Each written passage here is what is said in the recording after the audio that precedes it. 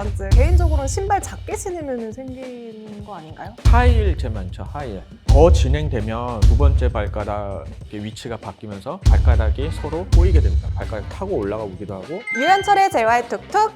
지금 시작합니다.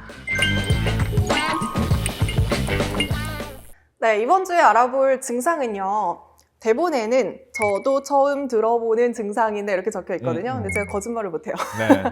저 이거 들어봤어요. 무지외반증이 무지외반증. 예전에 제 친구가 나 무지외반증이 해가지고 들어본 적은 있거든요. 근데 저 무슨 증상인지는 몰라요. 아, 그렇죠. 알려주세요.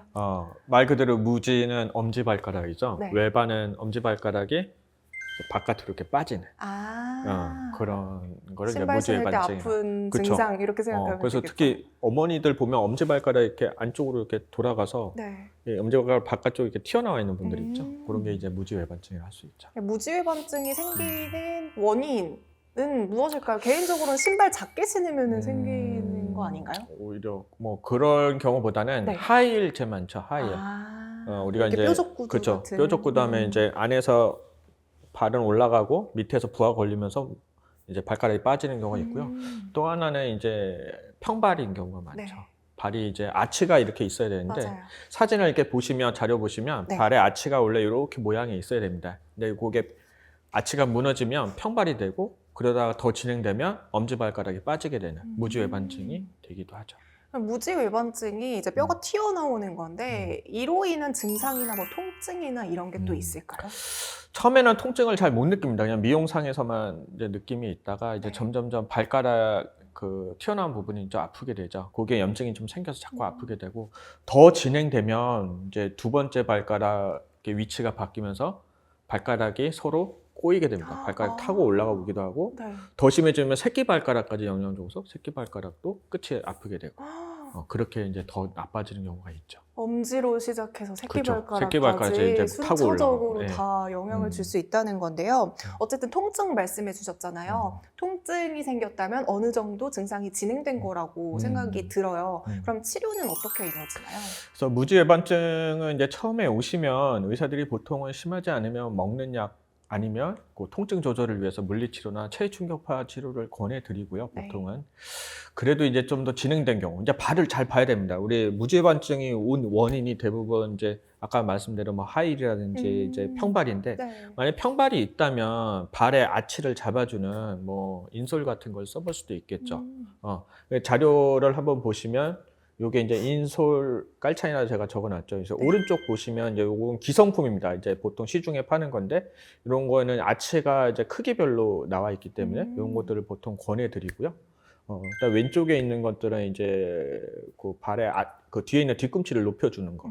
요런 거는 이제 무지외반증에는 잘 안 쓰고요. 이런 건 이제 골반 교정할 때 보통 그렇게 쓰는데 오른쪽에 있는 깔창을 참고하시면 될 것 같습니다. 이게 의료용 깔창인 건가요? 아니면 우리가 그 다이땡 가서 살 수 요거는 있는 우리가 깔창인가요? 그쵸 기성품인 거죠. 우리 옷도 네. 맞춤 제작하고 기성복 옷이 있듯이 네.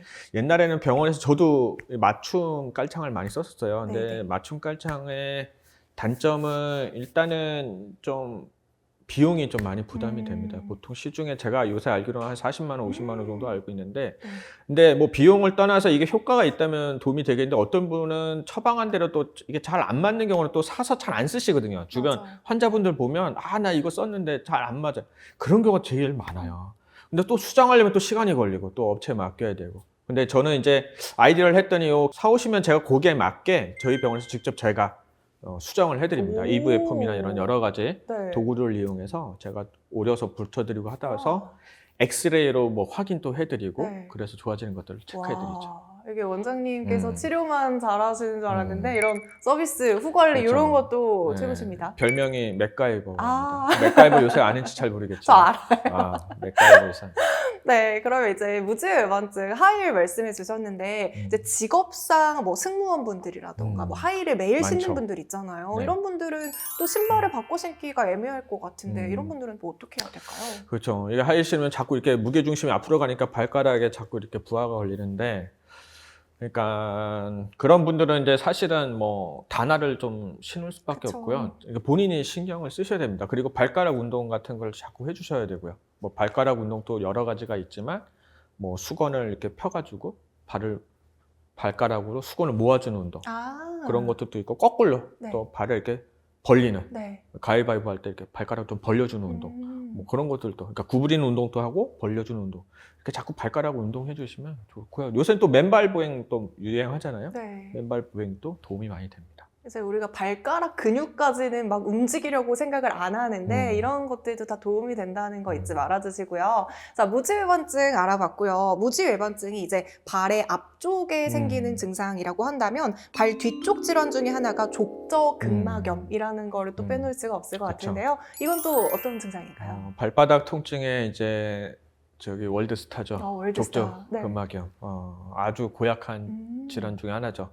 처음에는 잘 낫지만 잘 치료가 안 되면 아주 잘 안 낫는 난치성 통증으로 빠지는 대표적인 원인인데요. 족저근막염이나 무지외반증이나 다 같은 질병의 카테고리입니다. 이게 무슨 말이냐면 발의 아치가 무너진 경우에는 앞에서는 무지외반증이 오는 거고 뒤쪽에서는 족저근막염. 그 다음에 발목까지 한다면 아킬레스건염. 다 같은 이 사촌질환입니다. 이 발에. 그래서 족저근막염을 이렇게 뭐 저희가 치료는 하지만 족저근막만 볼 게 아니라 아킬레스건 앞쪽, 무지외반증, 엄지발가락 상태까지 다 봐서 거기에 맞게 발을 포괄적으로 치료하는 것이 가장 중요합니다. 그러니까 따로따로 놓고 본다기보다는 그냥 진짜 포괄적으로 봐야 다 되죠. 포괄적으로 봐야 된다 이렇게 설명을 해주셨는데 그러면 무지외반증이랑 그럼에도 불구하고 무지외반증이랑 족저근막염 각자의 뭐 차이가 나는 증상이나 이런 게 좀 있을까요? 그렇죠. 무지외반증은 뭐 말 그대로 엄지발가락의 통증이 제일 이제 호소하는 경우가 제일 네. 많고요. 족저근막염은 주로 우리 아침에 첫발 내릴 때 되게 아픕니다. 발 뒤꿈치가. 이렇게 가니까. 그렇죠. 첫발 내릴 때 되게 아프고 그다음에 오후엔 좀 나아지고 그러다가 더 심해지면 하루 종일 걸을 때 이제 발 뒤꿈치가 아프죠. 그렇게 되는 것이 이제 좀 다르다고 볼 수가 있죠. 근데 무지외반증 족저근막염이 있더라도 이게 정말 족저근막염인지 뒤꿈치에도 여러 가지 통증이 또 있어요. 근데 그건 나중에 제가 또 설명드리겠지만 네. 족저근막염 외에도 뭐 신경이 근육에 눌리는 경우도 있고 아니면 뒤꿈치에 지방을 잡아주는 그런데 지방의 문제가 좀 생겨서 그런 경우도 있기 때문에 뒤꿈치 통증이 있다고 다 족저근막염은 아니니까 그것도 나중에 병원에 오셔서 한번 물어보셔도 될 것 같습니다. 네. 그러면 이제 족저근막염 어떻게 치료를 할 수가 있을까요? 족저근막염은 처음에 오시면 일단은 발의 상태를 일단 봐셔야 돼요. 평발이면 그 아치를 좀 만들어주는 아까 얘기한 대로 인솔이나 그런 걸 처방해주면 환자분들 아주 좋아하시고요. 도움도 많이 되고요.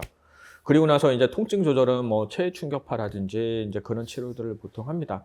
발은 가급적이면 저는 주사 치료를 많이 권하지는 않는데요. 근데 초음파 봤을 때 그 근막의 상태라든지 아니면 족저근막염의 근막에 그 붙는 근육들이 찢어지는 경우도 가끔 있어요. 힘줄이. 그럴 때는 또 프롤로세라핀 아주 유명한 인대 강화 주사를 맞아서 초음파 보면서 정확하게 또 치료해 주는 게 좋고요. 그 다음에 재발되지 않게 발가락 운동이라든지 그 아킬레스라든지 그런 발가락 스트레칭 운동을 좀 가르쳐 드리는 경우도 있기 때문에 그렇게 종합적으로 같이 봐주는 게 되게 중요합니다.